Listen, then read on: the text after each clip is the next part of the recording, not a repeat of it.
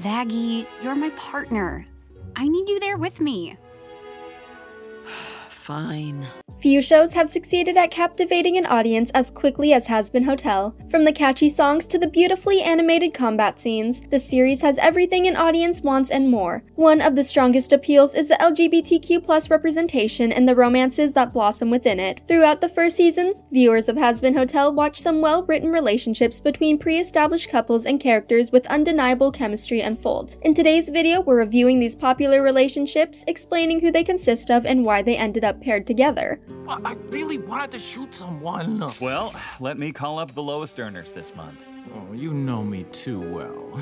Number 1. Charlie and Vaggie. Charlie and Vaggie are in an established relationship when the series begins. They're loving, supportive, and protective over one another, willing to go the extra mile just to help their shared dream come true. Fans of the series immediately became endeared to the couple when they appeared on the screen together in the pilot, recognizing how important they were to one another. Admittedly, it's refreshing to see such a devoted and loving couple on screen, and it's a bonus that they're a good representation of female relationships, something that modern media has just recently allowed to be at the front and center of television. Unfortunately, Charlie and Vaggie's relationship becomes strained after Welcome to Heaven. Once Charlie learns that her girlfriend was an exorcist, she can't help feeling like Vaggie betrayed her trust. After all, Vaggie was the one she shared everything with, from her biggest dreams to her smallest pet peeves. Vaggie's remorseful about keeping such a significant secret from her partner, but she barely has the chance to speak with Charlie as they prepare for the ongoing extermination. Charlie receives some insight in Hello Rosie, where her new confidant, Rosie, talks her through her complex feelings. Charlie knows she can trust Vaggie because her girlfriend has always been reliable, and her past as an exorcist doesn't change how much they love one another. When Charlie reunites with Vaggie at the end of the episode, the couple reconciles before their battle with Adam, prepared to continue fighting for what they believe in. Oh, Charlie. The wings are new. They look nice. Come on, let's go home.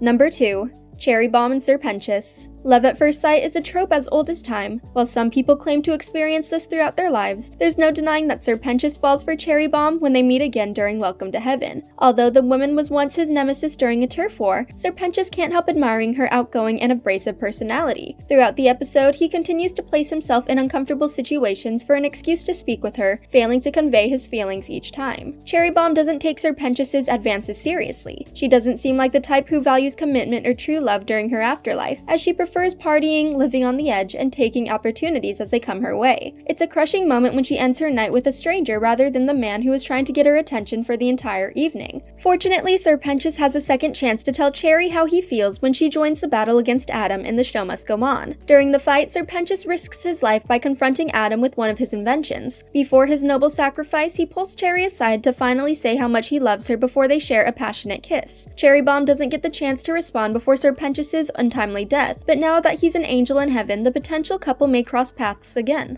Yes!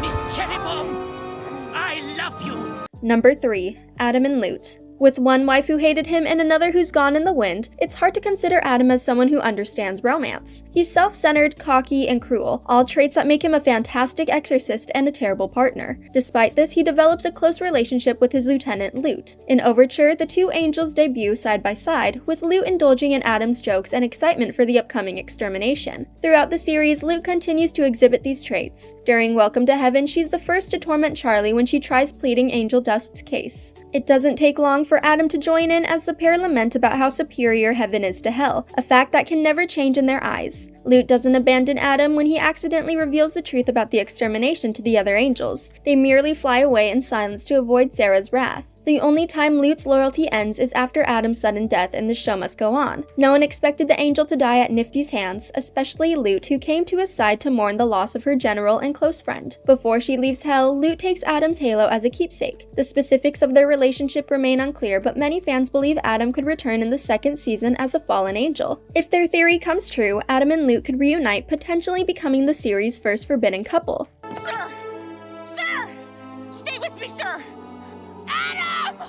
It's over. Number 4. Lucifer and Lilith. The love story between Lucifer and Lilith is older than hell itself. Charlie tells how her parents fell in love during the opening sequence of Overture. As the story goes, Lucifer was an idealistic angel who the elders of heaven prevented from implementing his ideas for humanity. After Adam and Lilith arrived on Earth as the first humans, the repressed Lucifer felt drawn in by Lilith's independent spirit, which prompted him to approach her once she left Adam. Lucifer and Lilith found themselves desiring free will for all, so they joined forces to tempt Eve into eating the fruit of knowledge. However, their actions allowed evil to enter the world, plaguing humanity with the potential for negative actions and repercussions. One of these changes included the creation of Hell, the same place Lucifer and Lilith were banished to because they meddled in human affairs. They try to make the best of their situation once they arrive, becoming the rulers of all demonkind. Sometime afterward, they would marry and have a single child, Charlie. Although we know the couple was once in love, the spark between them began to fade over the centuries. Lucifer and Lilith no longer lived together during the series, seemingly because they had differences in opinion about living in hell and how to raise their daughter. Unfortunately, we still don't know what led to their final separation, but the ending scene of The Show Must Go On alluded to the former couple reuniting in the second season. Heaven cast Lucifer and his love into the dark pit he had created, never allowing him to see the good that came from humanity. Number 5. Angel Dust and Husk. Many fans of Hazbin Hotel have found themselves attached to Angel Dust. It's hard not to love him as he is the first resident of the hotel and the first person that Charlie manages to influence through her actions. Angel is a man trying his best to survive in a terrible situation. He's always smiling, cracking jokes, and maintaining a confident facade, but he's struggling deep down. So far, Husk is the only character who calls Angel Dust out on his poor behavior, leading to a conflict between the two characters in Masquerade. As a former overlord, Husk has experience with having power and getting in over his head. Angel Dust is famous with fans throughout the Seven Rings, but few of them know the trauma he endures just to deliver the content. Likewise, Husk was a soul-bending demon who allowed his gambling tendencies to get in over his head, leading him to make a deal with someone more powerful than him. While their two situations aren't the same, they're similar enough that Husk can see through Angel's fake smiles and recognize his pain. Husk's sympathy and acceptance toward Angel Dust gives the two men the perfect springboard for a developing relationship. Husk is the first person Angel feels comfortable being honest with, and by talking about his troubles, he starts his journey of self-healing. After their heart-to-heart, Angel becomes more open about his experiences and more aware of the people who love him, learning to care for them without fear. Husk and Angel continue to look out for one another, with Husk going out of his way to keep Angel on the straight and narrow path during Welcome to Heaven, and to help him fight during the final battle in The Show Must Go On. I didn't ask to be this way.